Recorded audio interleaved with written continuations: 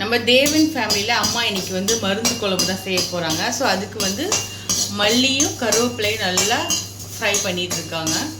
இது ஒரு 5லேருந்து 10 நிமிஷம் சிம்லேயே நல்லா வதக்கிடலாம்.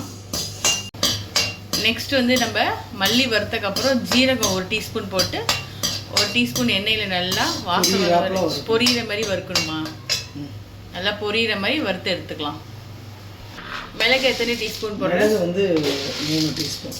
ஏன்னா நம்ம மிளகாத்தூள் போட மாட்டோம் இல்லை. ஓகே, இது மருந்து குழம்புங்கிறதுனால மிளகு தான் ஹைட்டு. சரி, ஓகே. அது உங்கள் காரத்தை பொறுத்து இருக்குது. நாங்கள் நல்லா காரமாக சாப்பிடுவோம். ஸோ அதனால் இந்த மருந்து குழம்புக்கு 4 டீஸ்பூன் மிளகு 1 டீஸ்பூன் ஜீரகம் போட்டு நல்லா ஃப்ரை பண்ணிகிட்ருக்காங்க. நல்லா பொரிய விடணும்.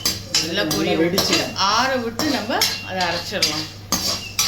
வெந்தயம் தோரம்பருப்பு போட்டிருக்காங்க. ஸோ எல்லாம் நல்லா வெடிக்கட்டும்.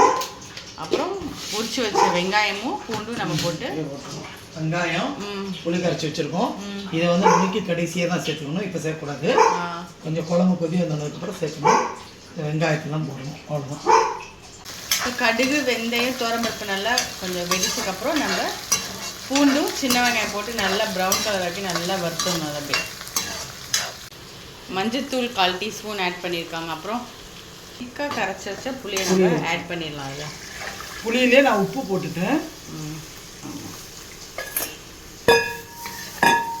ஸோ புளி ஊற்றியாச்சு. அப்புறம் வந்து புளி இது வந்து இப்போ நுணுக்கி குழம்பு கொதிக்கும் போது இதை போடணும். ஆமாம், இது இப்போ நல்லா கொதிச்சதுக்கப்புறம் சரி இதை பொடி பண்ணி இதில் போட்டுடணும். அதுதான் இதில் மல்லி ஜீரகம் கருவேப்பிலை மிளகு போட்டுருக்கீங்க. அவ்வளோ மருந்து குழம்பு ஒரு கொதி வந்ததுக்கப்புறம் நம்ம அரைச்சி வச்சுருக்க மிளகு ஜீரகத்தையும் ஆட் பண்ணிடணும். ஸோ நல்லா ஒரு கொதி வரட்டும். புளியிலே அம்மா உப்பும் மஞ்சத்தூள் கொத்தமல்லி போட்டுட்டாங்க. நல்லா கொதி வரட்டும். சிம்பிளான மருந்து குழம்பு அம்மா ஸ்டைல் இது. வெயிட் பண்ணி பார்க்கலாம் எப்படி வருதுன்னு. கொதி வந்துடுச்சு நமக்கு. ஸோ இப்போ நம்ம அது மசாலா ஃபுல்லாக ஆட் பண்ணிவிட்டு இன்னொரு 10 நிமிஷம் கொதிக்க விட்டால் நம்மளோட மருந்து குழம்பு ரெடி. மிளகு குழம்புன்னு சொல்லலாம், மருந்து குழம்புன்னு சொல்லலாம், எப்படி வேணாலும் சொல்லலாம். ஓகே, நல்லா கொதிச்சோன்னே கடைசியாக லாஸ்ட்டாக பார்ப்போம்.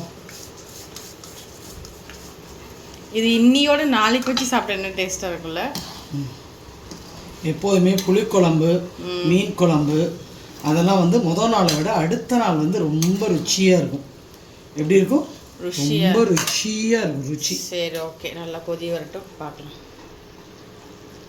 மருந்து குழம்பு இல்லைன்னா மிளகு குழம்பு நல்லா கொதித்து சூப்பராக வந்துடுச்சு பாருங்கள். எண்ணெயெல்லாம் பிரிஞ்சு நாளைக்கு மார்னிங் டேஸ்ட் பண்ணால் கண்டிப்பாக சூப்பராக இருக்கும்.